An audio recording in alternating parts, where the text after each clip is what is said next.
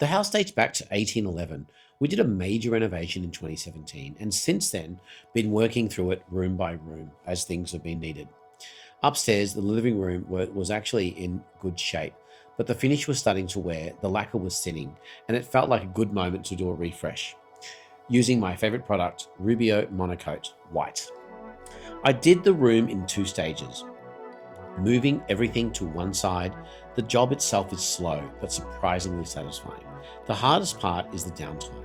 You can walk on the floors after 24 hours, but it takes 3 or 4 weeks to fully cure, which takes a bit of planning, especially when you're running it as an Airbnb. For sanding, I use a small hand sander, starting at 60 grit and finishing on 120. It's slow, but it gives you the control, especially in an old house like this. After sanding, I use the Rubio cleaner. It removes the dust and the grain and opens the wood so that the oil can properly bond. Then the oil goes in. It sits for about 10 to 15 minutes and then gets completely rubbed back. It's a single coat system that bonds with the wood rather than sitting on top. Soft, matte, and honest.